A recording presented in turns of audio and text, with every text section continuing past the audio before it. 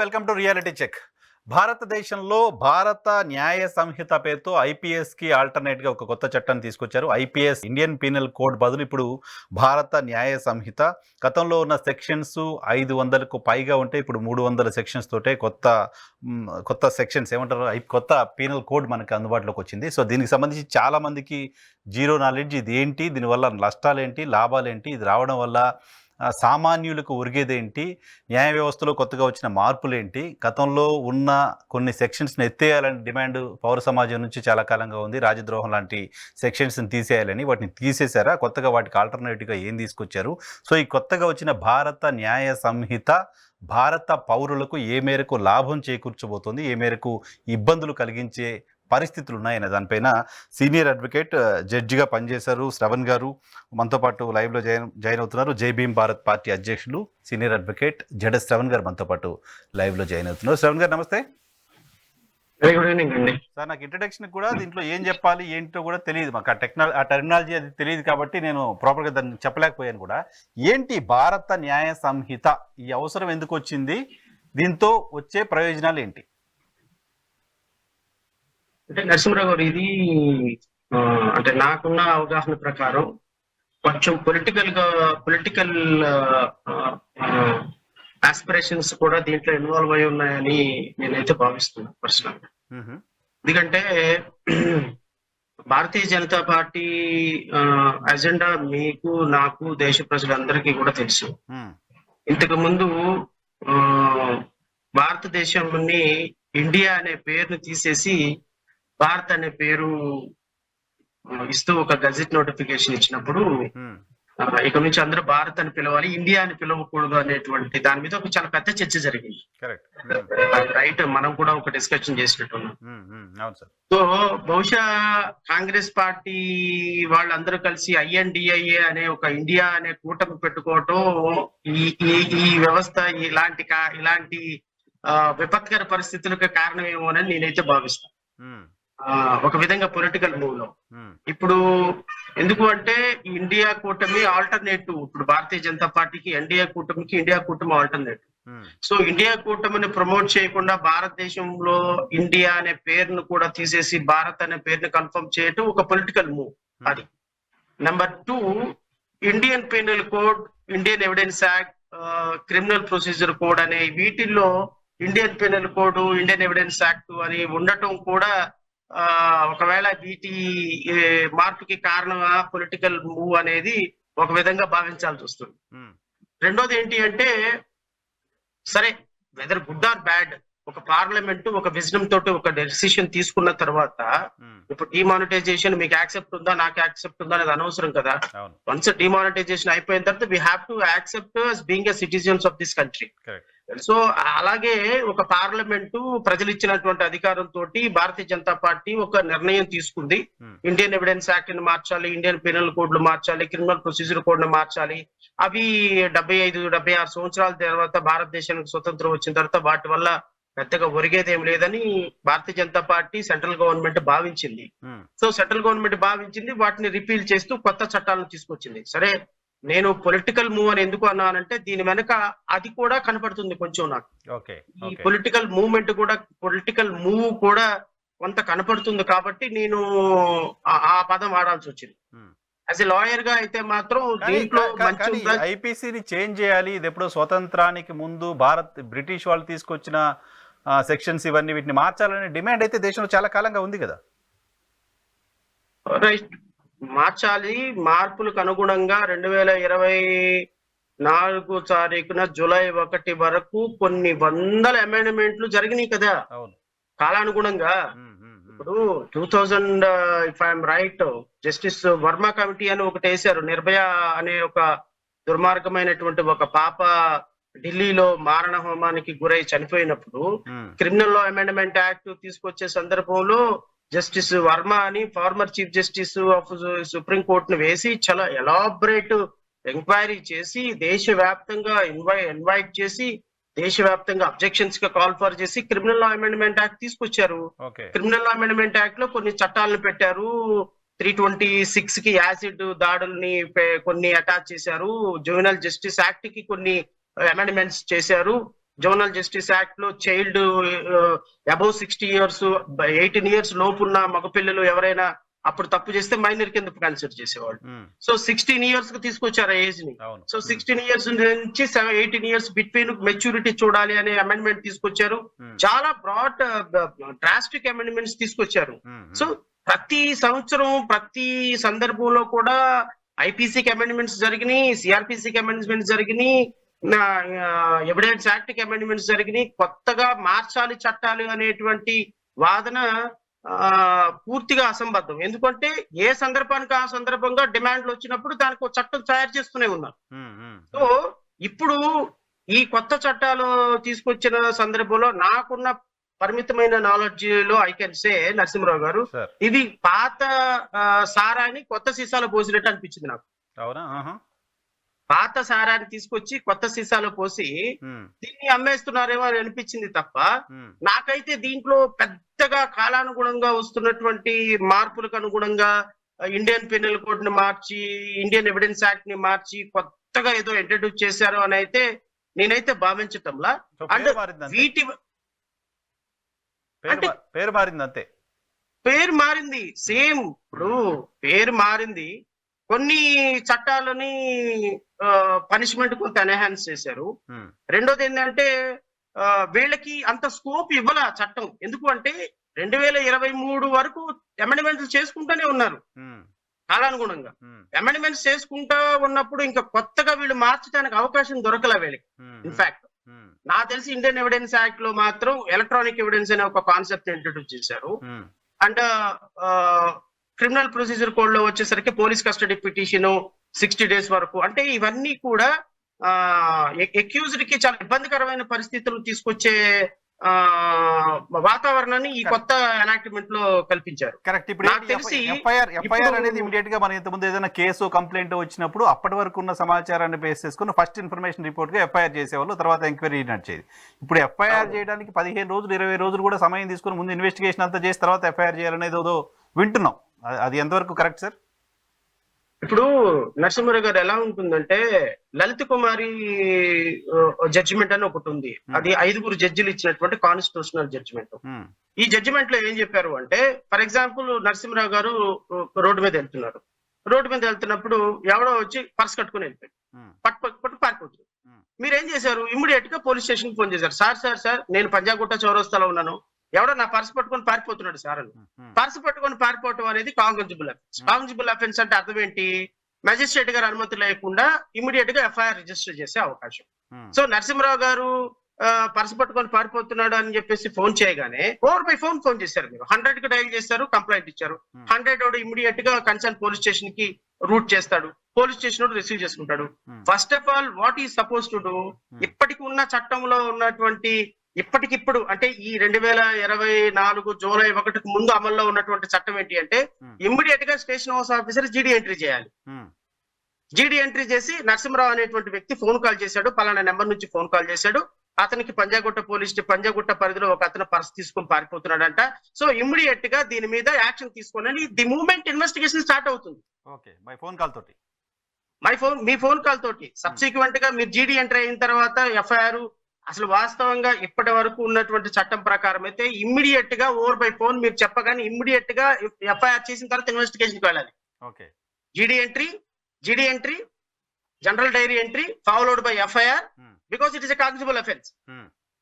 Followed by FIR and investigation shall start. So investigation FIR చేయడానికి immediate గా అవకాశం ఉండదు కాబట్టి ఇమ్మీడియట్ గా జీడీ ఎంట్రీ చేసేసి స్పాట్ లోకి వెళ్ళిపోతారు. ఇమ్మీడియట్ గా స్పాట్ లోకి వెళ్ళి మొత్తం చూసుకుంటారు. రాగానే వెంటనే ఎఫ్ఐఆర్ చేసేస్తారు. ఎఫ్ఐఆర్ చేసేసి ఇమ్మీడియట్ గా మిమ్మల్ని పిలుస్తారు. ఎఫ్ఐఆర్ కాపీ మీకు ఒక ఇన్ఫర్మేటివ్ ఒక ఎఫ్ఐఆర్ కాపీ ఇచ్చేస్తారు. ఇన్వెస్టిగేషన్ స్టార్ట్ అవుతుంది. ఎగ్జిస్టింగ్ ప్రొసీజరే, కొత్తగా ఏ విధంగానూ ఇది మనకు ఉపయోగపడేది కాదు. ఇప్పుడు ఏం చేశారు అంటే నరసింహరావు గారు ఇదే సినారియోలో ఫోన్ చేశాడు. ఏమంటే నా పంజాగుట్ట పోలీస్ స్టేషన్ లో నా పర్స్ పట్టుకొని పారిపోతున్నారంటే పంజాగుట్ట ఏరియాలో అని. ఓకే అని చెప్పేసి ఇమ్మీడియట్ గా జీడీ ఎంట్రీ పెట్టి ఇన్వెస్టిగేషన్ స్టార్ట్ చేయొచ్చు.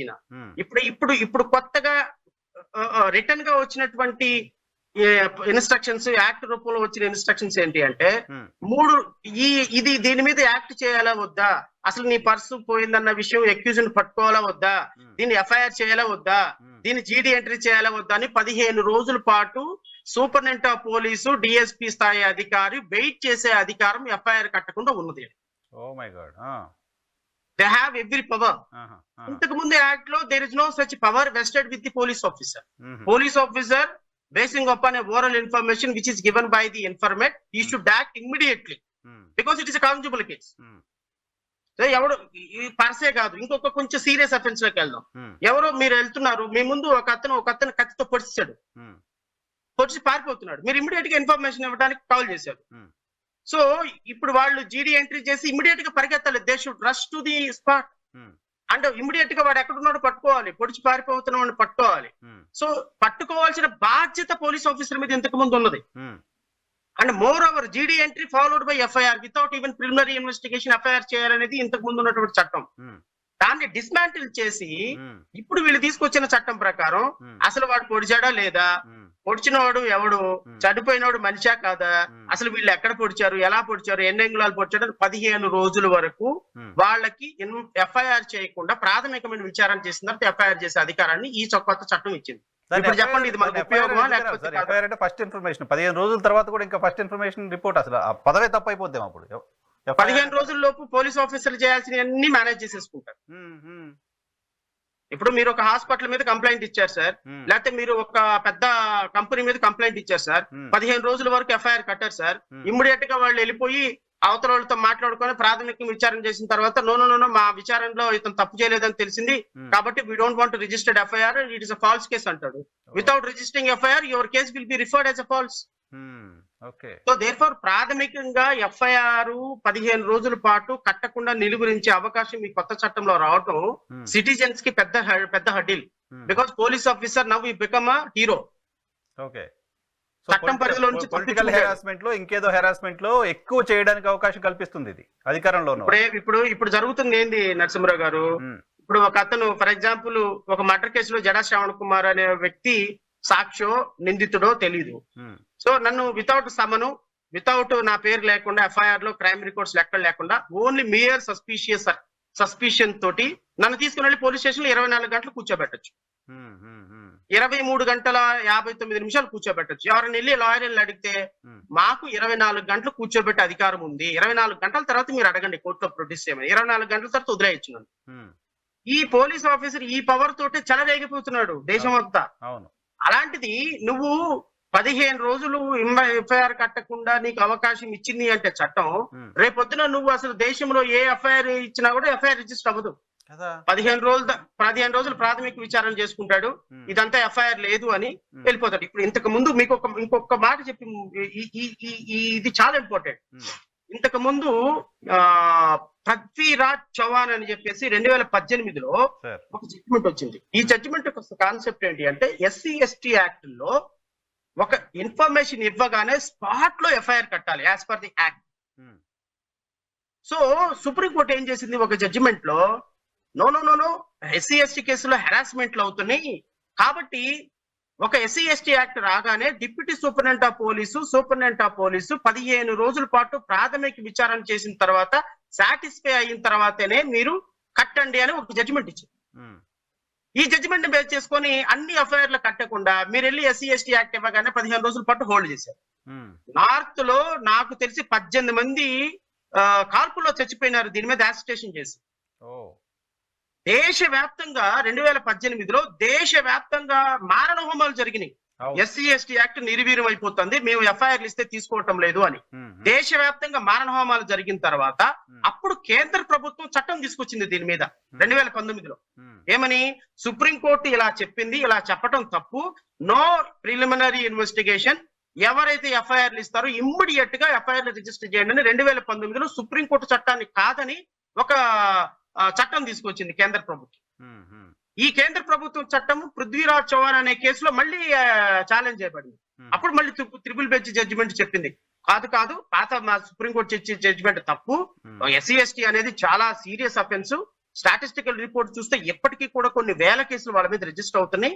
సో ఇంతకు ముందు మా బ్రదర్స్ చెప్పినటువంటి జడ్జిమెంట్ తప్పు, 15 రోజుల్లో ఆగాలి అనే జడ్జిమెంట్ వల్ల చాలా కాన్సిక్వెన్సెస్ ఉంటాయి, ఇప్పుడు రిప్లికేషన్స్ ఉంటాయి. సో కేంద్ర ప్రభుత్వం తీసుకొచ్చినటువంటి అమెండ్మెంట్ కరెక్టే అని చెప్పేసి జడ్జిమెంట్ ఇవ్వడం తర్వాత మారణ హోమాలు ఆగినాయి. ఓకే. సిమిలర్ అమెండ్మెంట్ ఇప్పుడు భారతదేశంలో తీసుకొచ్చిన కారణంగా నాకు తెలిసి మీరు ఏ బిగ్ విగ్ మీద, ఏ పొలిటికల్ బిగ్ విగ్ మీద, ఏ హాస్పిటల్స్ మీదో లేకపోతే ఇంకొకళ్ళ మీదో పొలిటికల్ గా కానీ ఫైనాన్షియల్ గా కానీ లేకపోతే మజిల్ పవర్ మనీ పవర్ ఉన్న వాడి మీద మీరు ఎఫ్ఐఆర్ ఇస్తే ఎఫ్ఐఆర్ అవ్వదు. Okay. Okay. So this is very very very big hurdle new amendment లో. సో మరి దీని మామూలుగా ఇంతకుముందు మనకి 24 గంటలు దాటిన తర్వాత కూడా ప్రొడ్యూస్ అయిపోతే హేబియస్ కార్పస్ వేసేవాళ్ళు, లేకపోతే ఎఫ్ఐఆర్ కాపీ ఉంటే దాన్ని బేస్ చేసుకుని వెళ్ళి నాట్ టు అరెస్ట్ అనో లేకపోతే ముందస్తు బెయిల్ తెచ్చుకోవడం ఉండేది. ఇప్పుడు పాసిబిలిటీ లేదు. Point number 1. నాకు ఇంకోటి చెప్పండి, ఇది కామన్ గా అందరికీ అర్థమవుతుంది కదా 15 రోజులు సమయం ఇవ్వడం అనేది నష్టం చేస్తుంది అని. బట్ కేంద్ర ప్రభుత్వం ఏం ఆలోచించి ఈ సెక్షన్ పెట్టి ఉంటుంది? వాళ్ళకు కూడా పాయింట్ ఆఫ్ థాట్ ఏదో ఉంటుందిగా. నాకు తెలిసి నరసింహరావు గారు ఈ కొత్త చట్టాల్లో పౌరుల ప్రాథమిక హక్కులకి పూర్తిగా గాలి కొదిలేసి పోలీస్ ఆఫీసర్స్ ని హీరో చేసింది. నెంబర్ 1, పోలీస్ ఆఫీసర్స్ ఇప్పుడు there should be a check point by the judiciary every aspect లో. ఎందుకంటే జుడిషియరీ చెక్ పాయింట్ లేకపోతే పోలీస్ ఆఫీసర్స్ చెలరేగిపోతారు వాళ్ళకున్న అన్ఫెటెడ్ పవర్ తోటి. అందుకోసమనే మన చట్టాలు ఎప్పుడు కూడా నిందితులకి, కాన్స్టిట్యూషన్ కూడా నిందితులకి reformative theory of punishment, reformative థియరీలో మన చట్టాలన్నీ తయారు చేయబడతాయి. రిఫర్మేటివ్ థియరీ అంటే మనిషిలో పరివర్తన తీసుకురావాలి. Punishment is not our motive.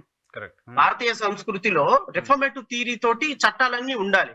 ఇప్పుడు మీకు ఒక చిన్న ఎగ్జాంపుల్ చెప్తే అర్థం అవుతుంది. సెక్షన్ 41A అనేది ఒక అమెండ్మెంట్ తీసుకొచ్చారు. 41 అనేది ఒరిజినల్ సెక్షన్, 41A అనేది అమెండ్మెంట్, సెంట్రల్ గవర్నమెంట్ అమెండ్మెంట్. ఈ 41A అమెండ్మెంట్ ఏం చెప్తుంది? మనం అంటాం section 41A notice, 41A notice అంటాం. 41A అమెండ్మెంట్ ఏం చెప్తుంది? 7 years బిలో అఫెన్సెస్ ఉన్న ప్రతి కేసులో కూడా పోలీస్ ఆఫీసర్ బెయిల్ ఇవ్వచ్చు అని చెప్పింది. స్టేషన్ బెయిల్ ఇవ్వచ్చు అని చెప్పింది. ఇప్పుడు ఏమైపోయింది? దీని కారణంగా ఏమైపోయింది? ఇప్పుడు ఒక వరకట్నం కేసులో 4-5 నిందితులు ఉన్నారనుకో, ప్రతి పోలీస్ స్టేషన్ లో A1 కి బెయిల్ అంటే 50,000, A2 కి 35,000, A3 కి 30,000, A4 ఇంకెంతమంది ఉంటే అంతమందికి ఒక రేట్ ఫిక్స్ చేసి పెట్టారు పోలీస్ ఆఫీసర్. ఇప్పుడు మీరు ఎవరైనా సరే మన బంధువులు ఏదైనా కేసుకి వెళ్తే మినిమం 498 కేసులో 2-3 ఉంటే ₹1,00,000 పోలీస్ ఆఫీసర్ కట్టాలి. అదే ఇంతకు ముందు కోర్టుకు వెళితే కోర్టులో 20,000కో 10,000కో లాయర్లు వేసేవాళ్ళు, బెయిల్ తీసుకొచ్చుకునేవాళ్ళు. ఇప్పుడు పోలీస్ ఆఫీసర్స్ మాకు పవర్ వచ్చేసింది, మీరు ₹1,00,000 ఇస్తే బెయిల్ ఇస్తానంటారు. అదే ఫారెన్ క్లయింట్, ఎన్ఆర్ఐ క్లయింట్ అయితే ఇంకా 5 లక్షలు. నాకు తెలిసి 1,50,000 తీసుకున్న పోలీస్ ఆఫీసర్లు కూడా ఉన్నారు ఒక్క 498 కేసులో. స్టేషన్ బెయిల్ కోసం 1,50,000 తీసుకున్న CISIలు ఉన్నారు నాకు తెలిసి.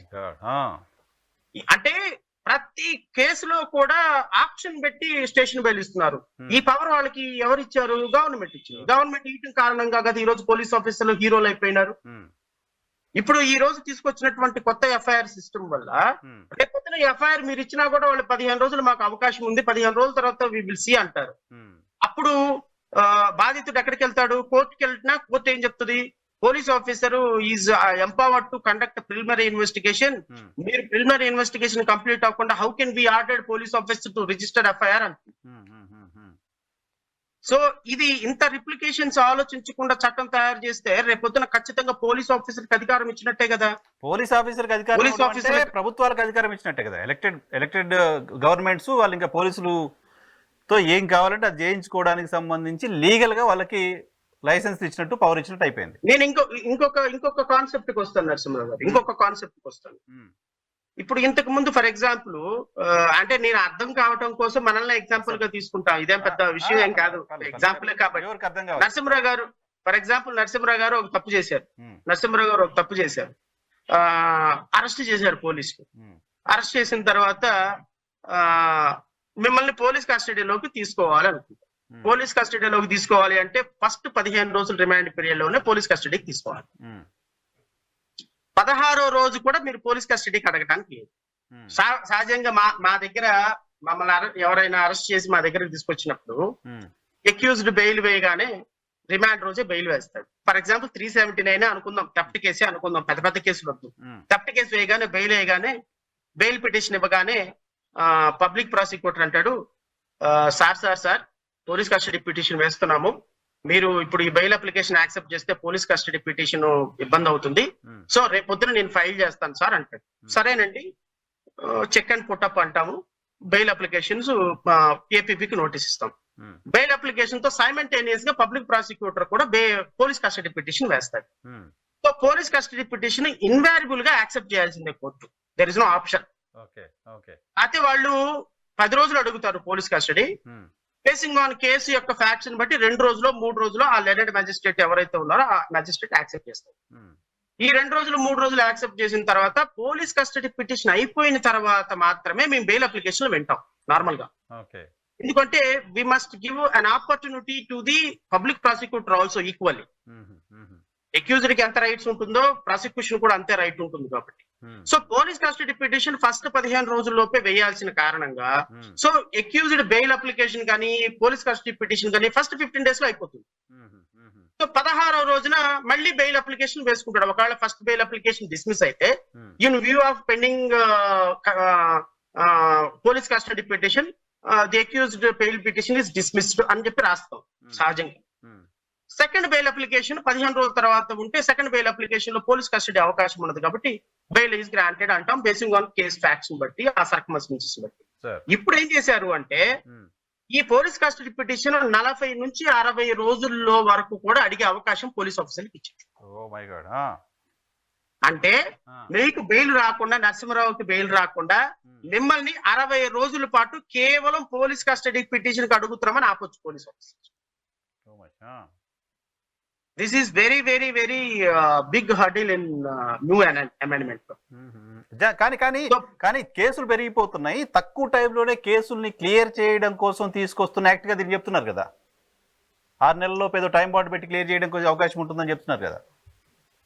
సార్ సిఆర్పిసి సెక్షన్ 309 ప్రకారం 1973లో రాసుకున్న సెక్షన్ 309 ప్రకారం మీరు ఒకసారి ఆ ప్రొవిజన్ చదవండి.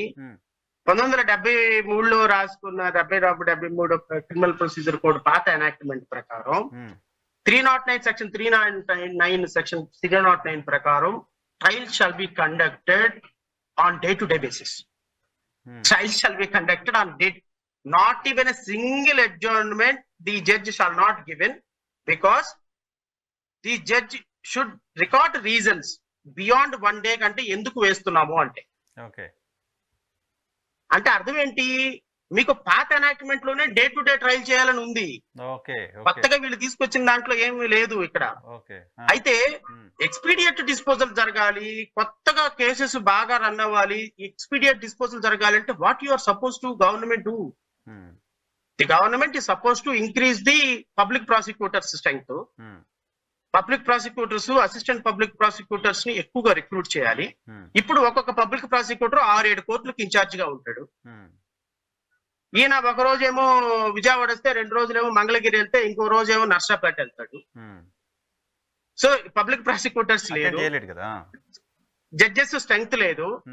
ఒక 2,000-3,000 రూపాయలు 2,000 కేసులు 3,000 క్రిమినల్ కోర్టులు ఉన్న ఒకదానికి ఒక కానిస్టేబుల్ ఇస్తారు లింగలింగం అంటూ. ఆ సమన్సే సర్వ్ చేయాలా, విట్నెస్లని తీసుకురావాలా, ఒకరోజు విట్నెస్ తెస్తే ఒకరోజు సమన్స్ సర్వ్ చేయాలా, మళ్ళీ ఎవరో ప్రోటోకాల్ ఇస్తే ప్రోటోకాల్ కి పరిగెత్తాలి. సో పోలీస్ ఆఫీసర్స్ ప్రాపర్ గా సపోర్ట్ చేయరు, ఇన్ఫ్రాస్ట్రక్చర్ ప్రాపర్ గా ఉండదు, జ్యుడిషియరీ స్టాఫ్ ప్రాపర్ గా ఉండరు, పబ్లిక్ ప్రాసిక్యూటర్ సఫిషియెంట్ గా ఉండరు, కోర్టుల్లో ఏ విధమైనటువంటి ఇన్ఫ్రాస్ట్రక్చర్ ఉండదు. ఇవన్నీ లేకుండా ఏ విధంగా స్పీడీ డిస్పోజల్ వస్తుంది? సో ఇన్ఫ్రాస్ట్రక్చర్ పెంచడం పైన దృష్టి పెట్టాలి మేజర్ గా. అసలు స్పీడీ డిస్పోజల్ ఇప్పటికి ఉన్న 4 కోట్ల కేసెస్ డిస్పోజల్ చేసుకుంటూ వెళితే కొత్త కేసులు రాకపోతే 2053వ సంవత్సరం పడుతుంది. ఈ రోజు నుంచి కొత్త కేసు లేకుండా ఈ ఉన్న కేసులనే డిస్పోజ్ చేసుకుంటే వెళ్తే ఈ స్ట్రెంగ్త్ తోటి 2053వ సంవత్సరం పడుతుంది. 25 ఏళ్ళు. మరి మళ్ళీ ఈ కొత్త కేసులు ఎప్పుడు రావాలి? ఈ కొత్త కేసులు ఎప్పుడు కావాలి? సో సెంట్రల్ గవర్నమెంట్ కానీ స్టేట్ గవర్నమెంట్ కానీ మీరు ఇన్ఫ్రాస్ట్రక్చర్ మీద డెవలప్మెంట్ మీద చేయకుండా, అసలు స్పీడీ ఎక్స్పోజల్ ప్రాసెస్ మీద చేయకుండా ఈ విధమైన కొత్త చట్టాలు తీసుకొచ్చినందువల్ల నాకు తెలిసి ఇప్పుడు దీంట్లో ఏం చేశారు, టైం లైన్ పెట్టారు అనుకుందాం. టైం లైన్ ఎప్పుడు ఉంది? ఎప్పుడు ఉంది, కొత్తది కాదు. ఎప్పుడూ ఉందే. టైం లైన్ కొత్తగా ఉన్నదేం కాదు, ఇంకా చాలా స్ట్రింజెంట్ డైరెక్షన్స్ ఉన్నాయి టైం లైన్ కి సంబంధించి. చెక్ బౌన్స్ కేసు 6 నెలల్లో క్లోజ్ చేయాలి, ఒక్క రోజు కూడా ఎక్స్ట్రా అవ్వకూడదు. DVC cases, check bounce cases, MC cases, చిన్నపిల్లల కేసెస్, పోక్సో కేసెస్, ఆడపిల్లల కేసెస్, ఎస్సీ ఎస్టీ కేసెస్ 2 నెలల్లో క్లోజ్ అవ్వాలి. 2 నెలల్లో క్లోజ్ అవ్వాలి ఎస్సీ ఎస్టీ కేసు. ఒక్క కేసు క్లోజ్ అవ్వదు. ఎక్స్పీడియట్ డిస్పోజల్ కి ఇప్పుడు కొత్తగా వచ్చింది కాదు, పోక్సో యాక్ట్ లో ఉంది, ఎస్సీ ఎస్టీ యాక్ట్ లో ఉంది, డివిసి యాక్ట్ లో ఉంది, ఎన్ఐ యాక్ట్ లో ఉంది, ఇండియన్ పీనల్ కోడ్ కేసెస్ లో ఉంది, వాట్ నాట్. అన్ని కేసెస్ లో కూడా ఎక్స్పీడియట్ డిస్పోజల్ టైం లేనుంది. 6 months, 4 months, 3 months అని ఉంది. But nobody is following. Judges are ఇప్పుడు సుప్రీంకోర్టు ప్రజాప్రతినిధుల కేసులో 6 నెలల్లో క్లోజ్ చేయమంది. 3 సంవత్సరాలైనా ఒక అయ్యే అప్లికేషన్ డిస్పోజ్ కాల.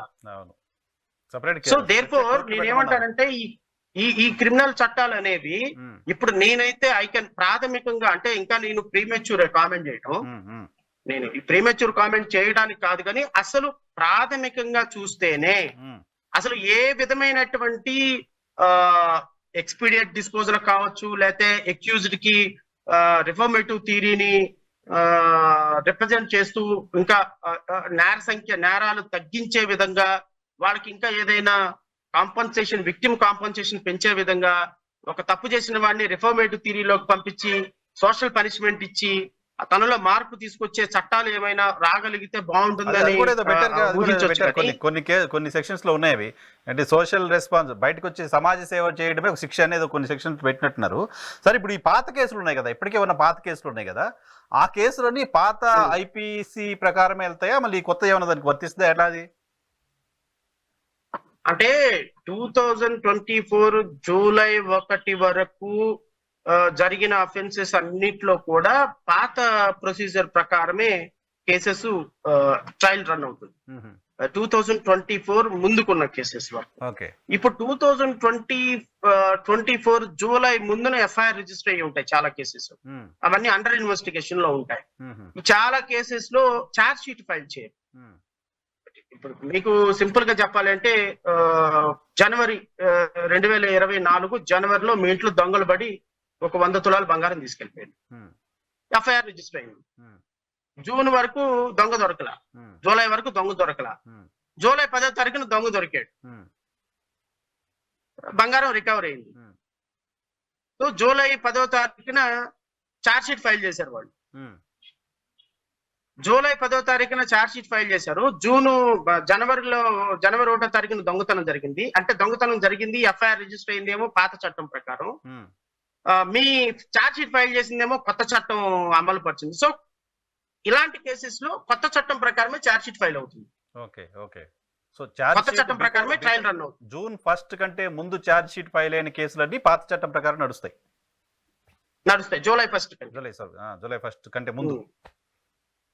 ఇప్పుడు జూలై 1 తర్వాత ఛార్జ్ షీట్ ఫైల్ అయిన కేసులు అన్నింటిలో కూడా కొత్త చట్టం వర్తిస్తుంది. Though crimes pertain to 2024 pre July.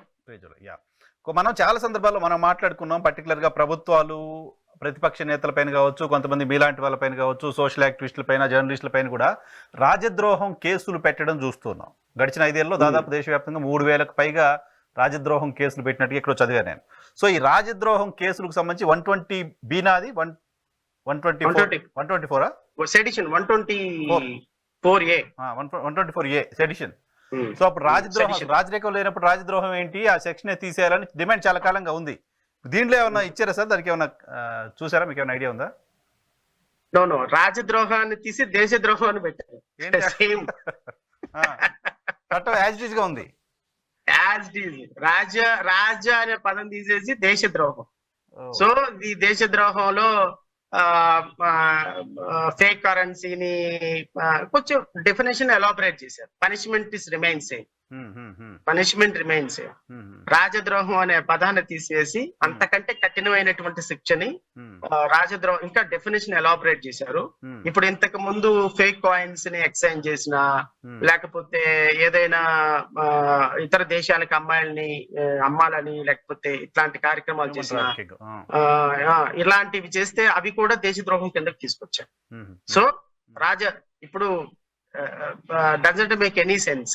ఇంతకు ముందు మీరు మీ మీద సెడిషన్ పెట్టాలి అంటే సుప్రీంకోర్టు రాజద్రోహం రాజులే లేనప్పుడు రాజరికంలో పెట్టిన చట్టం ఏంటని సుప్రీంకోర్టు కామెంట్ చేసింది, దాన్ని స్టక్ డౌన్ కూడా చేసింది. అవును. కానీ ఇప్పుడు మీరు ప్రజాస్వామ్యంలో ఏది మాట్లాడినా వాళ్ళు ఇది దేశానికి ద్రోహం అనుకుంటే దేశద్రోహం కేసు అయిపోతుంది. So punishment is remain same. ఆ చట్టం ఏ విధంగానూ పక్కకి వెళ్ళిపోలేదు, ఇంకా డెఫినేషన్ ఎలాబరేట్ చేశారు. సో మనం ప్రశ్నించినా ఇంకోటి చేసినా దేశద్రోహం కేసు పెట్టే అవకాశం కొత్త చట్టాలు. రాజకీయ పార్టీలని, అధికారంలో ఉన్న పార్టీలు ఎక్కడ డిసప్పాయింట్ చేయదు ఇది. వాళ్ళ స్వేచ్ఛగా అంతే అంతే అంతే కేసులు పెట్టొచ్చు. రాజకీయ పార్టీ లేదు. మీరు ఇంతకు ముందు భారతీయ జనతా పార్టీ ఇప్పుడు కేసులు పెడుతున్నట్టుగా ఎవరు ఏమి స్లోగన్ ఇచ్చినా, అగ్నెస్ట్ గవర్నమెంట్ స్లోగన్ ఇచ్చినా మీరు దేశద్రోహం కిందకే వస్తుంది. సో అక్కడ రిలాక్సేషన్ ఏం దొరకలేదు. సో ఫెమా కేసులకు సంబంధించి ఏంటి, అదేమన్నా కొత్తగా చూడొచ్చా? ఫెమా ఈడీకి సంబంధించిన కేసెస్ పైన సార్ ఐఎమ్ సారీ, ఫెమా ఈడీకి సంబంధించిన cases sir FEMA cases means FEMA cases ఉంటాయి కదా, ఈ ల్యాండ్ మనీ లాండరింగ్ సంబంధించిన కేసెస్, వీటికి సంబంధించిన సెక్షన్స్ లో ఏమన్నా చేంజెస్ ఉన్నాయా? అంటే మనీ లాండరింగ్ కి సంబంధించి అది సపరేట్ ఎనాక్ట్మెంట్ కదా. మనీ లాండరింగ్ కి సంబంధించి దీనికి సంబంధించినంత వరకు Indian penal code, criminal procedure code, Indian evidence act ఏ విధంగా దీన్ని ఒక కేసు విచారణ జరగాలి. ఇప్పుడు ఇంతకు ముందు అంటే నేను అబ్జర్వ్ చేసిన మేజర్ చేంజెస్ ఏంటి అంటే కొన్ని ప్రాసెస్ ని ఫ్లెక్సిబుల్ చేశారు. ఇప్పుడు ఇంతకు ముందు అక్యూజ్డ్ సమన్స్ వెళ్ళాలి అంటే డైరెక్ట్ గా పోలీస్ ఆఫీసర్ తీసుకెళ్ళేవాలి, లేదంటే రిజిస్టర్ పోస్ట్ లో చేయాలి. ఇప్పుడు ఏంటంటే ఈమెయిల్ ద్వారా ఇవ్వచ్చు, వాట్సాప్ ద్వారా ఇవ్వచ్చు. దే రికగ్నైజ్డ్ ఈ ఆస్పెక్ట్స్. నెంబర్ 2 కొంత ఫ్లెక్సిబుల్ గా జరిగింది ఏంటి అంటే, ఇప్పుడు ఫర్ ఎగ్జాంపుల్ ఇంతకు ముందు ఏ ప్రొసీజర్ అయినా సరే వీడియోగ్రాఫ్, ఆడియోగ్రాఫ్ చేయాలి అనేది మ్యాండేట్ లేదు పోలీస్ ఆఫీసర్లకి. ఫర్ ఎగ్జాంపుల్ ఇప్పుడు ఒక పోస్ట్ మార్టం జరుగుతుంది, దాన్ని వీడియో ఫర్ ఎగ్జాంపుల్ పంచనామా అంటారు. ఎలా ఉంటుందంటే ఒక దొంగతనం కేసులో మీ ఇంట్లో వస్తువులు పోయినాయి, ఆ ఇంట్లో వస్తువులు ఎక్కడో దొరుకుతాయి. ఇంట్లో వస్తువులు ఎక్కడో దొరికినప్పుడు ఆ అక్యూజ్డ్ పొజిషన్ లో దొరికినప్పుడు ఇంతకు ముందు ఒక రెవెన్యూ పీపుల్ ను తీసుకుని వెళ్ళి పంచనామా రాయించి పంచనామా ఇక్కడ పెడతారు. ఈ పంచనామా రేపొద్దున ఎంఆర్ఓ గారు లేక ఎవరో విఆర్ఓనో వచ్చి అబ్బాయి మేము వెళ్ళలేదండి, మాకు సంబంధం లేదని చెప్తారు. సో అందువల్ల 90% ఎక్విటల్స్ వచ్చేస్తాయి ఇలాంటి కేసెస్ లో.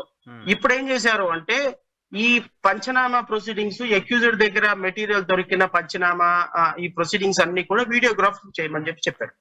సో దీని వల్ల ఏమవుతుంది అంటే రేపొద్దు కొంచెం కన్విక్షన్ రేట్ పెరిగే అవకాశం ఉంది, ప్రొసీడింగ్స్ ట్రాన్స్పరెంట్ గా ఉండే అవకాశం ఉంది. సో సమన్స్ ప్రాసెస్ కొంత ఫ్లెక్సిబిలిటీ అయింది, ఫ్లెక్సిబుల్ గా సమన్స్ పంపించే అవకాశం ఉంది. సో ఈ విధమైనటువంటి ప్రొసీజర్ చేయటం వల్ల పోలీస్ ఆఫీసర్లు కూడా కొంత రెస్పాన్సిబుల్ గా ఉంటారు, అంటే దొంగ కేసులు పెట్టకుండా. ఎందుకంటే 100 కేసుల్లో వాళ్ళు దొంగలు పట్టుకోరు, 100 కేసుల్లో వాళ్ళు రికవరీ చేయరు. ఇవన్నీ కూడా మ్యానిపులేటెడ్ ప్రొసీడింగ్స్ తోటి వాళ్ళు రెవెన్యూ పీపుల్ పట్టుకొని మానిటర్ చేస్తారు. సో ఇప్పుడు ఏంటి అంటే దీనికి ఒక లీగాలిటీ వస్తుంది. ఇది కొంత మరి ఏ విధంగా దీన్ని ముందుకు తీసుకెళ్తారు చూడాలి. ఇంకొకటి సెక్షన్స్ కాకుండా క్లాజ్లు అని పిలుస్తున్నారంటే ఇప్పుడు ఇదేంటి భారత న్యాయ సంహిత క్లాజ్ 1, క్లాజ్ 2 అలా చెప్తున్నట్టున్నారు. దేశవ్యాప్తంగా మీడియాలోను, సోషల్ యాక్టివిస్టుల్లోను, జర్నలిస్టుల్లోనూ ఉన్న టెన్షన్ కాస్త ఆందోళన ఏంటంటే 195 అని ఒక క్లాజ్ ఏదో తీసుకొచ్చారంట. సో ఇది ఒక సమాచారాన్ని స్ప్రెడ్ చేస్తున్నారు, ఇది ఫాల్స్ ఇన్ఫర్మేషన్ అనే దానిపైన వాళ్ళపైన కేసులు పెట్టడానికి సంబంధించిన అవకాశాన్ని కల్పిస్తూ 195 అనే క్లాజ్ ఏదో తీసుకొచ్చారంట.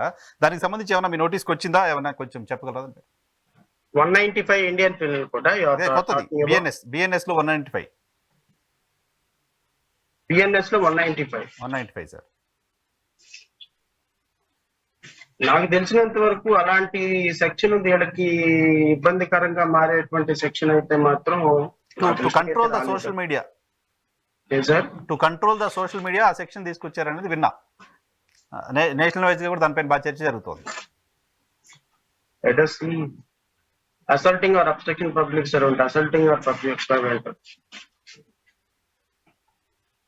Giving or fabricating false evidence, giving or fabricating false evidence into procedure conviction.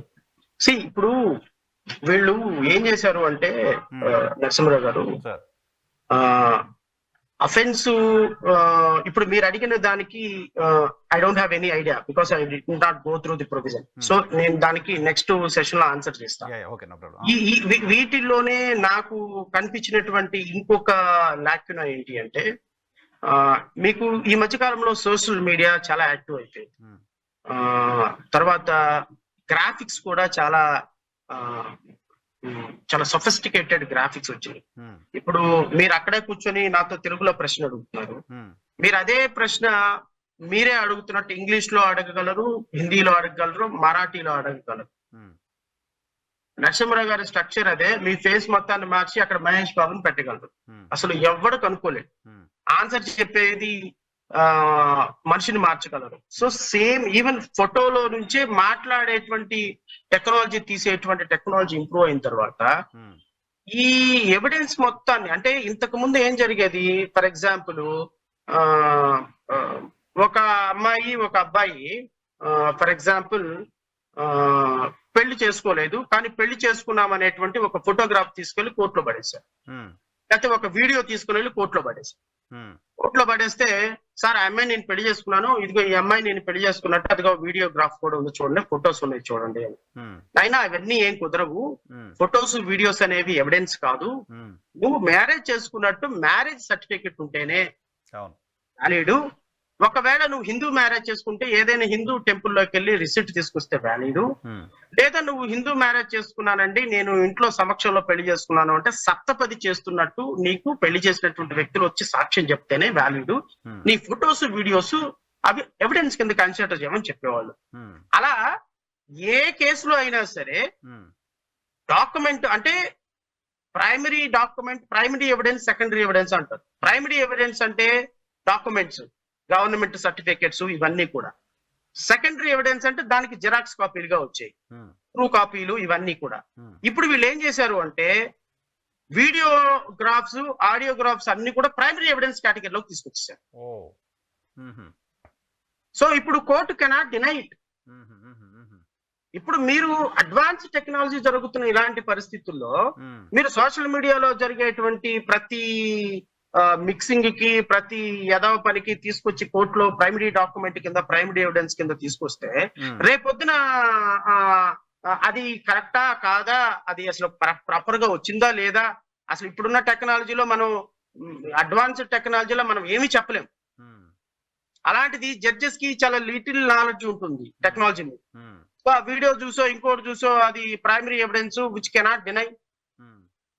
So electronic evidence ని వితౌట్ ఎనీ కొరాబరేషన్ దాన్ని తీసుకెళ్లి ప్రైమరీ ఎవిడెన్స్ కింద పెట్టడం అనేది చాలా పెద్ద లాక్యునాగా కనపడుతుంది. చాలా పెద్ద ఇష్యూ సార్ నిజానికి అది. ఎవరైనా ట్యాంపర్ చేయొచ్చు, ఇంకేదో చేయొచ్చు, మీ బదులు నేను, నా బదులు నేను, మీరు మాట్లాడినట్టు పెట్టేయచ్చు. అది ప్రైమరీ ఎవిడెన్స్ అయితే ప్రమాదం కదా. అదే కదా, ఇప్పుడు మనిషి ఒక్కళ్ళే ఉంటారు, ఫేస్ మారిపోతుంది. అసలు నేను ఒక్కొక్కసారి అప్పుడప్పుడు సోషల్ మీడియా తిరిగేస్తున్నప్పుడు నాకు అనిపిస్తుంది anything is possible for human being ఇప్పుడున్న పరిస్థితుల్లో అని. మాటలు పాసిబుల్లే, యాక్షన్స్ పాసిబుల్లే, మనిషిని మార్చేయటం పాసిబుల్లే.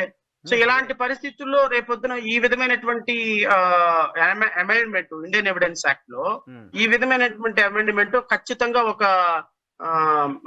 ఒక అక్యూజ్ ని, ఒక నిందితుడిని, ఒక నేరం మోపినటువంటి వ్యక్తిని కన్విక్షన్ లోకి తీసుకెళ్లే అవకాశం ఉంటుంది. సో పోలీస్ ఆఫీసర్ సాక్షాత్తు ప్రధానమంత్రి నరేంద్ర మోదీ గారికి సంబంధించిన ఫేక్ వీడియోలు వాడేసి సర్క్యులేట్ చేశారని మొన్న ఎలక్షన్ లో తెలంగాణ ముఖ్యమంత్రి పైన కేసు అయింది, రేవంత్ రెడ్డి గారి పైన. ప్రధానమంత్రి గారికి సంబంధించిన ప్రధానమంత్రి గారినే ఫేక్ గా క్రియేట్ చేసి సర్క్యులేట్ చేసినప్పుడు ఇంకా మిగతా వాళ్ళ పరిస్థితి ఏంటి? అంటే ఇప్పుడు నేను చెప్పిన అన్ని అంశాలన్నీ కూడా నరసింహరావు గారు ఇవన్నీ కూడా వితౌట్ డిస్కషన్. ఇప్పుడు నేను ఇంతకు ముందు చెప్పాను, justice DS Verma, former chief justice, ఒక చిన్న అమెండ్మెంట్ తీసుకురావడానికి he took almost 11 months, 12 months. He traveled around the country and he invited many objections and he consulted legal luminaries, law commission opinion ఇంత తీసుకున్నారు. And there is a lot of discussion went on parliament. సో ఇది parliament లో discussion జరగలేదు. చట్టాలని మారుస్తున్నప్పుడు దీని మీదకి సంబంధించి చట్టాల మీద మారుస్తున్నాము, డిస్కషన్ లేదు, లా కమిషన్ కన్సల్టేషన్ లేదు, వేరియస్ లీగల్ లొమినరీస్ ఉన్నారు, వాళ్ళతో కన్సల్టేషన్ లేదు, సుప్రీం కోర్టుతో కన్సల్టేషన్ లేదు, హైకోర్ట్స్ తో కన్సల్టేషన్ లేదు, అట్ ది సేమ్ టైం రాజ్యసభలో మేధావులు ఉన్నారు, అక్కడ డిస్కషన్ లేదు. ఫర్ వాట్ పర్పస్ అండి రాజ్యసభ ఇస్తే? కరెక్ట్ కదా, పెద్దల సభ. సో ఇలాంటివన్నీ కూడా అక్కడ డిస్కషన్ జరగాలి, పెద్దల సభలో డిస్కషన్ జరగాలి. ఇనానిమస్ గా నువ్వు చట్టాలు తీసుకొచ్చేస్తే, రైతు చట్టాలు తీసుకొచ్చినట్టుకుంటే ఈ చట్టాలు కూడా తీసుకొచ్చినట్టు ఉన్నాయి. ఇప్పుడు రేపొద్దున ఎంత ప్రాబ్లం అవుతుంది అంటే, మీరు ఎంత సింపుల్ కేసులో కూడా 60 రోజుల పాటు మాకు పోలీస్ కస్టడీకి వేసే రైట్ ఉంది, మీరు 60 రోజుల్లోపు బెయిల్ ఎట్లా ఇస్తారని అడిగితే పోలీస్ ఆఫీసర్ పబ్లిక్ ప్రాసిక్యూటర్ ని what answer judge should give? ఆయన చట్టం ఫాలో అవ్వాల్సిందే కదా జడ్జి, నా బెయిల్ అది ఉన్నప్పుడు. ఇంకోటి కూడా చెప్తున్నా, ఇంకోటి అనుకోవచ్చు. ఇప్పుడు ఫర్ ఎగ్జాంపుల్ పోలీస్ కస్టడీకి వేసారు, నేను 14-15 రోజుల్లోపు పోలీస్ కస్టడీకి వేయాల్సిన మ్యాండేట్ ఉంది కాబట్టి వేసేస్తున్నా, 15 రోజుల తర్వాత నేను బెయిల్ వేసుకుంటా. ఇప్పుడు నేను 60 రోజుల వరకు ఉంది కాబట్టి 60 రోజుల దాకా నేను పిటిషనే వేయను, 55వ రోజు వేస్తా పిటిషన్, 55వ రోజు వేస్తా. అప్పుడు దాకా మీరు బెయిల్ ఎట్లా ఇస్తారండి? నాకు 60 రోజుల వరకు అవకాశం ఉంది కదా పోలీస్ కస్టడీకి వేసే పిటిషన్ అంటా నేను, ఏం చెప్తారు? సో ఇది బెయిల్ రాకుండా, ఒక విధంగా అక్యూజ్డ్ కి బెయిల్ రాకుండా చేసేటువంటి దుర్మార్గ ప్రయత్నం. అండ్ police officer now he become a hero, real hero. Judges check point లేదు. అండ్ ఇంకొకటి కూడా చెప్తున్నా, సూపరింటెండెంట్ ఆఫ్ పోలీస్ ని, అడిషనల్ సూపరింటెండెంట్ ఆఫ్ పోలీసుల్ని మెజిస్ట్రేట్ల కింద డిజిగ్నేట్ చేశారు. ఓహో, ఓకే. కలెక్టర్ మ్యాజిస్ట్రేట్ గా ఎగ్జిక్యూటివ్ మెజిస్ట్రేట్ల కింద డిజిగ్నేట్ చేశారు. డిజిగ్నేట్ చేసి వీళ్ళకి కొన్ని మెజిస్టేరియల్ పవర్స్ ఇచ్చేసారు. ఈ మెజిస్టేరియల్ పవర్లతోటి వాళ్ళు they can deny of non registration of FIR. And రేపొద్దున ఫర్ ఎగ్జాంపుల్ 24 గంటలు ఒక వ్యక్తిని పట్టుకున్నారు, 24 ఇప్పుడు ఫర్ ఎగ్జాంపుల్ బెంగళూరులో ఒకటి తప్పు చేశాడు నరసింహరావు గారు, వాడు ఆంధ్రప్రదేశ్ లో దొరికాడు, ఆంధ్రప్రదేశ్ నుంచి బెంగళూరు తీసుకెళ్లాలి. ఆంధ్రప్రదేశ్ నుంచి బెంగళూరు తీసుకెళ్లాలి అంటే ఇట్ విల్ టేక్ ట్రైన్ లో అయితే ఒక 20 hours ఎంతో ట్రైనింగ్ జర్నీ పడుతుంది. సో వీడిని పట్టుకొని ఇక్కడ ఫార్మాలిటీస్ కంప్లీట్ చేసేలోపు 24 గంటలు అయిపోయింది. చట్టం ఏం చెప్తుంది? విజయవాడలో ఉన్న నియరెస్ట్ మెజిస్ట్రేట్ దగ్గర ఒక ప్రొడ్యూస్ చేసి అక్కడ నుంచి నువ్వు అతన్ని బెంగళూరు తీసుకెళ్ళమంటుంది. ఇప్పుడు ఇక్కడ మెజిస్ట్రేట్ ప్రొడ్యూస్ చేయమంటే ఇక్కడ సూపరింటెండెంట్ ఆఫ్ పోలీస్ దగ్గర ప్రొడ్యూస్ చేసి తీసుకెళ్లిపోతారు. అండ్ ఇంకా ఇప్పుడు ఫర్ ఎగ్జాంపుల్ జ్యుడిషియల్ కస్టడీలో ఒక వ్యక్తి చనిపోయినాడు అనుకోండి, అది జ్యుడిషియల్ మెజిస్ట్రేట్ దగ్గరే ఎంక్వైరీ చేయించాలి. ఇప్పుడు దాన్ని మెజిస్ట్రేట్ అని రాశారు. ఏ మెజిస్ట్రేట్? జ్యుడిషియల్ మ్యాజిస్ట్రేటా, ఎగ్జిక్యూటివ్ మ్యాజిస్ట్రేటా? ఆన్సర్ దానికి క్లారిటీ లేదు. సో రేపొద్దున పోలీసులు కొట్టి చంపేసి లాకప్ డెత్ జరిగితే సూపరింటెండెంట్ ఆఫ్ పోలీస్ సమక్షంలోనే పోస్ట్ మార్టం జరుగుతుంది, ఎంక్వైరీ జరుగుతుంది. సో పోలీస్ ఆఫీసర్స్ ని ఎగ్జిక్యూటివ్ మెజిస్ట్రేట్లుగా డిజిగ్నేట్ చేయడం అనేది పోలీస్ పవర్స్ ని, మెజిస్ట్రేట్స్ పవర్స్ ని డిమిట్ చేసి ఇది వాళ్ళ చేతిలోకి అన్క్వశ్చనబుల్ పవర్ ఇచ్చినట్టే. అరే బిలో 7 years అఫెన్సెస్ లో వాళ్ళకి బెయిల్ ఇచ్చే అవకాశం ఉంది. ఎఫ్ఐఆర్ కట్టాలా వద్దా డెసిషన్ తీసుకునే అవకాశం వాళ్ళకు ఉంది. ఎఫ్ఐఆర్ మేము కట్టము అనుకుంటే ఇమీడియట్ గా మెజిస్ట్రేట్ల కేటగిరీలో వాళ్ళు రెఫ్యూజ్ చేసే అవకాశం వాళ్ళకు ఉంది. ఇప్పుడు అక్యూజ్డ్ ని అరెస్ట్ చేసిన తర్వాత వాడిని ప్రొడ్యూస్ చేయాలా వద్దా అనే పవర్ వాళ్ళకు ఉంది. రేపొద్దున పోలీస్ కస్టడీకి 60 రోజుల వరకు అడిగే అవకాశం వాళ్ళకు ఉంది. ఇన్ని పవర్స్ పోలీస్ కి ఇచ్చిన తర్వాత for what purpose judiciary is there? So మనకి భారత న్యాయ వ్యవస్థకు సంబంధించి ప్రతి ఒక్కరు చెప్పే మాట చాలా సందర్భాల్లో మనం వింటూ ఉన్నాం. సో 99 మంది దోషులు తప్పించుకున్నా పర్వాలేదు కానీ ఒక్క నిర్దోషికి కూడా శిక్ష పడకూడదు అని ఆ లైన్ ని జస్టిఫై చేస్తున్నట్టుగానే ఉందా భారత న్యాయ సంహిత? అంటే సార్ ఇప్పుడు ఉన్న భారత న్యాయ చట్టాలు ఎప్పటికప్పుడు అమెండ్మెంట్లు జరుగుతూ తమ తప్పుల్ని తమ రెక్టిఫై చేసుకుంటా చాలా స్మూత్ గా రన్ అవుతా ఉంది. అండ్ నాకు సంబంధించినంత వరకు నేను ఒక 20 years లీగల్ ఫీల్డ్ లో ఉన్న న్యాయమూర్తిగా కొన్నాళ్ళు పనిచేశాను.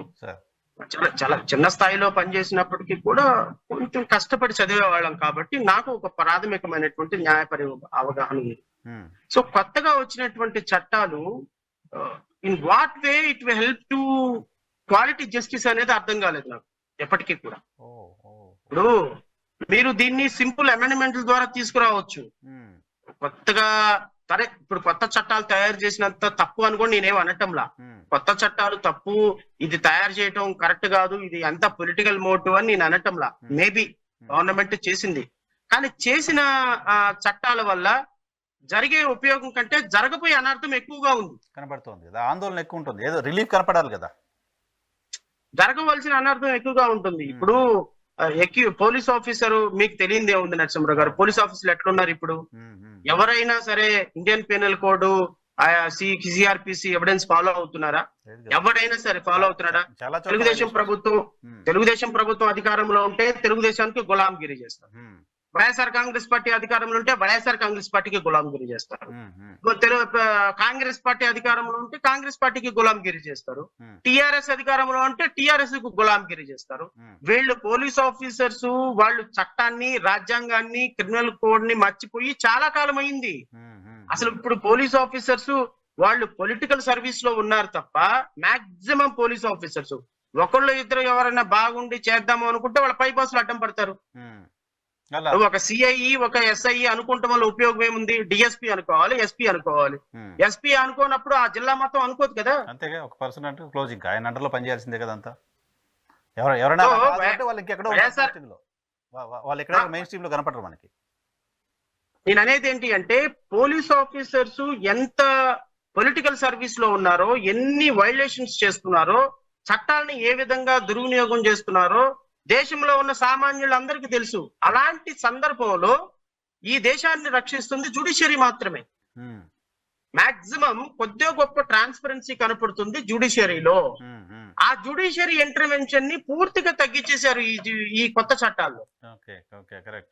కాస్త న్యాయ వ్యవస్థ పైన నమ్మకం ఉంది. అక్కడికి పోతే, కోర్టుకు పోతే ఏదో న్యాయం జరుగుతుంది అనే ఇది ఉంది ఇంకా సొసైటీలో. వాళ్ళ అధికారాన్ని తగ్గించేసింది ఈ భారత న్యాయ సంహిత. యాజ్ ఫర్ యూ, ఈ కొత్త చట్టం రేపొద్దున ఈ చట్టాలు అమల్లోకి వచ్చి రేపొద్దున నిందితులకి బెయిల్ రాకుండా, ఇప్పుడు మీరు నా మీద ఒక 5 కేసులు కట్టారు. నేను సింపుల్ గా చెప్తా. నేను ఒక రోజు ఒక చిన్న అంబేద్కర్ జయంతి చేశాను. ఇంటికి వచ్చేసిన తర్వాత తెల్లవారిపాటికి నాకు కాల్ వచ్చింది, ఎఫ్ఐఆర్ అని. ఏంటి అంటే మీరు సిఐని చొక్కా పట్టుకుని కొట్టారంట, పొలం పేరుతో దూషించారంట అనండి. ఏసీఐ ఎవరు నాకేం తెలిసే, నేను వెళ్ళాను, దండేశాను, వచ్చేసాను, నాకేం సంబంధం అన్నాను నేను. లేదంటే 353 కట్టారు మీ మీద కేసు, వచ్చి సంతకం పెట్టి లేకపోతే 41A ఇచ్చేస్తామండి, కానిస్టేబుల్ వస్తారు అన్నారు. ఇలా ఉంటాయి పోలీస్ ఆఫీసర్స్ కేసులు, ఇలా ఉంటాయి. ఇలాంటి కేసెస్ లో పొలిటికల్ గా నా మీద కేసులు పెట్టాలి అనుకున్నప్పుడు, పొలిటికల్ గా ఒక సామాన్య వ్యక్తి మీద కేసు పెట్టాలనుకున్నప్పుడు పోలీస్ ఆఫీసర్లు 100% ఇలాగా పనిచేస్తున్నారు. నేను చెప్పే దాంట్లో 1% వాళ్ళపైనే ఆ కేసు పెట్టేంత సాహసం పోలీసులు అప్పుడే చేశారంటే, ఇది అమలు అవుతున్న సందర్భంలో ఇప్పుడు ఇంకా మిగతా వాళ్ళ సామాన్యుల పరిస్థితి ఏముంటుంది? ఇప్పుడు గబక్కన అరెస్ట్ చేశారు అనుకోండి, నాకు 60 రోజులు బెయిల్ రాదు, 40 రోజులు బెయిల్ రాదు. నేను బయటికి రాకూడదు అని ఏ మినిస్టర్ అయినా, ఏ ముఖ్యమంత్రి అయినా, లేకపోతే ఏ ఎమ్మెల్యే అయినా అనుకున్నాడు అనుకోండి, రాను. పోలీస్ కస్టడీ పిటిషన్ అడ్డం పెట్టేస్తారు. ఒకవేళ నేను ఏదైనా రేపు నాలాంటి వాడు నేను ఎఫ్ఐఆర్ ఇచ్చాను అనుకోండి, 15 రోజుల వరకు చేయడు. ఎందుకు? వాళ్ళ దగ్గరికి మినిస్టర్ దగ్గర నుంచి ఎండార్స్మెంట్ రాదు, ఎమ్మెల్యే దగ్గర నుంచి ఎండార్స్మెంట్ రాదు, ఎస్పీ దగ్గర నుంచి ఎండార్స్మెంట్ రాదు. ఇంకెక్కడ కడతారు ఎఫ్ఐఆర్ మీకు? ఇంత చట్టం పకడ్బందీగా ఉంటేనే దుర్వినియోగం అవుతుంది అనేది నా బాధ. సో దీనికి ఏమైనా మేబీ నేను అర్థం చేసుకోవటంలో రాంగ్ అర్థం చేసుకున్నానా నాకు తెలియదు, లేకపోతే చట్టంలో ఉన్నదాన్ని ఇంకా నేను అర్థం చేసుకోవడానికి కొంత సమయం ఆగాలో నాకైతే తెలియదు. బట్ ప్రాథమికంగా నాకు అనిపించింది అంటే, ఈ చట్టాలు చూసిన తర్వాత నాకు అనిపించింది ఏంటంటే, ఈ చట్టాలన్నీ కూడా ఒక నిందితుడికి వ్యతిరేకంగా పోలీస్ ఆఫీసర్స్ ని ఇంకా స్ట్రెంగ్తన్ చేసే విధంగా, ఇది కాన్స్టిట్యూషనల్ స్పిరిట్ కి వ్యతిరేకంగా ఉన్నాయి. Because we adopted reformative theory of punishment. పరివర్తన కోణంలో నిందితుడు ఆ కోణంలో, పరివర్తన కోణంలో ఉండాలి తప్ప ఇంకా అక్యూజ్డ్ ని లోపల పెట్టగలిగిన అధికారం పోలీస్ ఆఫీసర్లకు ఇస్తే, పోలీస్ ఆఫీసర్స్ వ్యవస్థని ముందు స్ట్రెంగ్తన్ చేయండి. పోలీస్ ఆఫీసర్స్ ని పొలిటికల్ స్ట్రీమ్ లో నుంచి పక్కన పడేయండి, డిస్కనెక్ట్ చేయండి. Police officers promotions, police official service records మొత్తం ఒక అటానమస్ బాడీకి అప్పచెప్పండి. పొలిటికల్ ఇంటర్వెన్షన్ లేకుండా వాళ్ళ ట్రాన్స్ఫర్స్, వాళ్ళ ప్రమోషన్స్, వాళ్ళ సర్వీస్ రూల్స్ ఉండేటట్టు చేయండి ఫస్ట్. అది చేసి మీరు పోలీస్ ఆఫీసర్ కి ఎంత పవర్ అయినా ఇవ్వండి. లైక్ జ్యుడిషియరీకి ఎలా అయితే అటానమస్ పవర్స్ ఉంటాయో పవర్స్ అంతే. మీరు అది చేయకుండా మీరు పోలీస్ ఆఫీసర్ ట్రాన్స్ఫర్ కావాలంటే ఎమ్మెల్యే సంతకం పెట్టాలి, మినిస్టర్ రికమెండ్ చేయాలి. ఒక సిఐ, ఒక ఎస్ఐ, డిఎస్పీ అక్కడికి పడాలి అంటే 25 లక్షలు 50 లక్షల పాట పెట్టాలి, వాళ్ళ దగ్గర నుంచి డబ్బులు తీసుకోవాలి. ఇవన్నీ జరుగుతూనే ఉండాలి. వీళ్ళకి మాత్రం పవర్లు ఇవ్వాలి అంటే ఇంకా లా అండ్ ఆర్డర్ ఎక్కడి నుంచి ఉంటుంది నరసింహరావు? చూడాలి, దీనిపై చర్చ జరగాలి సార్, చాలా పెద్ద చర్చ జరగాలి. ఆల్రెడీ ఇంప్లిమెంట్ ఫోర్స్లోకి వచ్చింది కాబట్టి ఇప్పుడు చర్చ జరిగినా ఏంటి ఎలా ఉంటుందో చూద్దాం. ఇప్పుడు మనకి జనరల్గా లీగల్గా ఏ నాలెడ్జ్ లేని వాళ్ళైనా మాట్లాడుకునే మాట 420 అంటే చీటింగ్ కేసు అని, 302 అంటే మర్డర్ కేసు అని.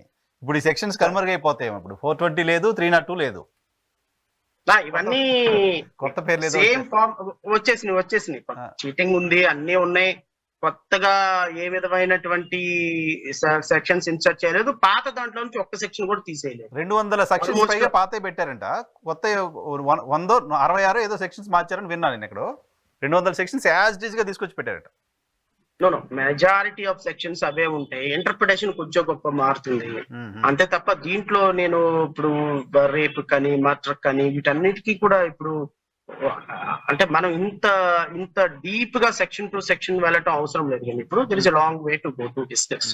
కానీ ఓవరాల్ గా నేనేమంటానంటే ఇప్పుడు ఈ చట్టాలు ఎవరైతే పార్లమెంట్ లో తయారు చేశారో వీళ్ళు తయారు చేసేటప్పుడు ఈ చట్టాలు పేద ప్రజలకి, సామాన్యుడికి, ఒక తప్పు చేయని నిర్దోషికి, నిందితుడిగా ఉన్నటువంటి వ్యక్తికి ఇది ఏ విధంగా ఉపయోగపడుతుంది అనేది ప్రపంచానికి, సమాజానికి త్రూ పార్లమెంట్ ద్వారా చెప్పలేదు వీళ్ళు.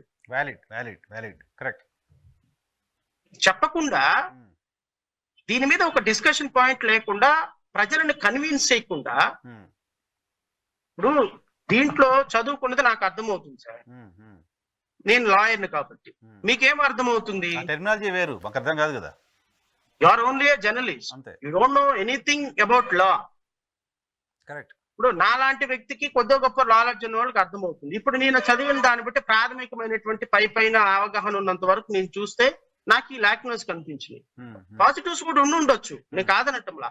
బట్ పాజిటివ్స్ ఏంటి అనేది ప్రపంచానికి చెప్పవలసినటువంటి బాధ్యత ప్రభుత్వాన్ని. ఎందుకు టీవీలో మాట్లాడుకున్నంత మాత్రాన కోట్ల మంది చూడరు కదా.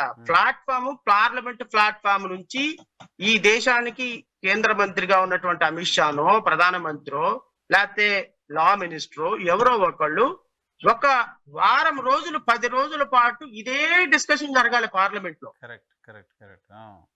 ఈ డిస్కషన్ జరిగి ఇదిగో ఈ నిందితుడికి ఇప్పుడు నేను ఒక ప్రశ్న వేశాను. అదే నేనే గనక కాంగ్రెస్ పార్టీలోనో లేకపోతే నాకే కనుక ఒక ఎంపీ సీట్ ఉంటే నేను రేపొద్దున పార్లమెంట్ లో ఈ ప్రశ్న వేసేవాడిని. ఏమని, మీరు 15 రోజులు పోలీస్ కస్టడీ పిటిషన్ ని 60 రోజులు చేస్తే, 60 రోజులు 40 రోజులు చేస్తే, హీనియస్ అఫెన్సెస్ లో 40 to 60 days చేస్తే 60 days వరకు పోలీస్ కస్టడీ. ఒకసారి పోలీస్ కస్టడీ వేసిన పిటిషన్ ఒకసారి అయిపోయిన తర్వాత మళ్ళీ రెండోసారి కూడా వేసే అవకాశం ఉంటుంది. మళ్ళీ ఇంకొక కొత్త ఇన్వెస్టిగేషన్ మేము కొత్త కోణాన్ని లాగామమ్మా, ఇదిగో ఈ ఇన్వెస్టిగేషన్ లో ఇతని ఇన్ఫర్మేషన్ మాకు అవసరం కాబట్టి మళ్ళీ రెండోసారి కస్టడీకి ఉండని అడగొచ్చు. 60 రోజుల్లో ఎన్నిసార్లు అయినా వేసుకోవచ్చు పోలీస్ కస్టడీ పిటిషన్. 60 రోజుల్లో ఎన్నిసార్లు అయినా వేసుకోవచ్చు పిటిషన్. ఒకసారి వేస్తే ఇంకా అయిపోయిందని లేదు కదా, కొత్త కోణం రావచ్చు. మిమ్మల్ని ఒకసారి 2 రోజులు ఇన్వెస్టిగేషన్ చేశాను సార్, 2 రోజుల తర్వాత మళ్ళీ మిమ్మల్ని పంపించేశాను. మళ్ళీ ఒక వారం రోజులకి నాకు ఇన్వెస్టిగేషన్ కొత్త కోణం వచ్చింది, అది నీ దగ్గర నుంచి ఇన్ఫర్మేషన్ కావాలి, నేను మళ్ళీ అడగొచ్చు. మిమ్మల్ని అడుగుతారు కదా, పొడిగించండి అని అడుగుతారు. మళ్ళీ 60 రోజుల వరకు జరిగే ఇన్వెస్టిగేషన్ లో అక్యూజ్డ్ అడిగితే మరి అక్యూజ్డ్ రైట్ ని మీరు ఎలా ప్రొటెక్ట్ చేస్తారని నేను అడిగేవాడిని. రేపు పార్లమెంట్ లో అడిగే అవకాశం ఎదుటి వాళ్ళకి లేదు కదా. ఇప్పుడు అది లేకుండా, డిస్కషన్ లేకుండా పార్లమెంట్ లో చేసి పడేశారు. డైరెక్ట్ గా ఫోర్స్ లోకి వచ్చింది, ఇంప్లిమెంట్ అవుతోంది, మనం ఇప్పుడు ఫేస్ చేస్తున్నాం. చూడాలి. అల్టిమేట్ గా పౌరుల ప్రాథమిక హక్కులకు భంగం కలిగించకుండా పౌరుల ప్రాథమిక హక్కుల్ని రక్షించేలాగా భారత న్యాయ సంహిత ఉండాలని కోరుకుంటున్నాం అందరం.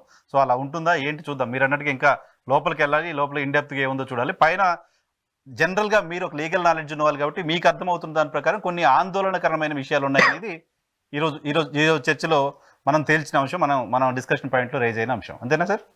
ఎస్ సార్, తప్పకుండా. అంటే ఇంకోటి కూడా చెప్తాను నేను పూర్తిగా ఆందోళనకరమైన అంశాలు ఉన్నాయనే కూడా చెప్పదలుచు నా ఉద్దేశం కాదు. కానీ మేజర్ పార్ట్ ఇప్పుడు కొన్ని అడ్వాంటేజెస్ ఉన్నాయి. చిన్నపిల్లలు, మహిళలు పోలీస్ స్టేషన్ కి వెళ్లాల్సిన అవసరం లేదు. It is always there, it is already there. ఇంకా కొత్తగా దాన్ని తీసుకురావాల్సిన అవసరం ఏం లేదు కదా. చిన్నపిల్లలు పోలీస్ స్టేషన్ లో వాళ్లే వచ్చి, పోలీసులే వచ్చి అడుగుతారు. సమన్స్ ఎక్స్పీడియట్ గా చేయాలి. జీరో ఎఫ్ఐఆర్ కాన్సెప్ట్, ఇంకోటి కూడా జీరో ఎఫ్ఐఆర్ కాన్సెప్ట్. ఎక్కడి నుంచి అయినా మీరు కర్ణాటకలో ఎఫ్ఐఆర్ పెట్టినా అది ఇమీడియట్ గా ఆంధ్రప్రదేశ్ ట్రాన్స్ఫర్ అవుతుంది. It is already there. Zero FIR concept ఎప్పటి నుంచో ఉంది. కొత్తగా ఇప్పుడు అది కొత్త పాత సారాన్ని తీసుకొచ్చి కొత్త సీసాలు పోసినట్టు దెర్ ఇస్ ప్రొవిజన్ పెట్టారు అంతవరకే. So zero FIR concept, summons expedite disposal, తర్వాత పిల్లల దగ్గరకు వచ్చి పోలీసులు ఇన్వెస్టిగేషన్ చేయటం, ఎలక్ట్రానిక్ ఎవిడెన్స్ ని యాక్సెప్ట్ చేయటం, తర్వాత ట్రయల్ ప్రాసెస్ ని లిమిట్ చేయటం, తర్వాత ఫోరెన్సిక్ ల్యాబొరేటరీస్, ఇంకోటి కూడా ప్రైమరీ ఎవిడెన్స్ అప్పుడు ఫోరెన్సిక్స్ ల్యాబొరేటరీస్ ఎక్కువగా ఎస్టాబ్లిష్ చేసి వాళ్ళ సర్వీసెస్ వాడుకోవాలని అంటే ఒక సజెషన్ జరిగింది. ఒక సజెషన్, ఒక థాట్ ప్రాసెస్. మీరు ఏ ఫోరెన్సిక్ ల్యాబొరేటరీకి వెళ్ళినా ఎవరు డబ్బులు కడితే వాడికే ప్రాథమికమైనటువంటి ఒపీనియన్ వచ్చే దుర్మార్గకర పరిస్థితుల్లో దేశం ఉంది. మీరు ఫోరెన్సిక్ ల్యాబొరేటరీని మేనేజ్ చేయగలను, చెయ్యాలి అని కూర్చోండి, 1 డేలో పాసిబుల్. మీరు ఎక్కడికి వెళ్తున్నారు, అక్కడికి వెళ్తే పాసిబిలిటీ అయిపోతుంది. సో ఫోరెన్సిక్ ల్యాబొరేటరీని పోలీసుల్ని మేనేజ్ చేయడం ఈ దేశంలో పెద్ద కష్టమేం కాదు. సో ఒక ఎలక్ట్రానిక్ ఎంతమంది ఫోరెన్సిక్ ల్యాబొరేటరీ ఎక్స్పర్ట్స్ ఉన్నారు?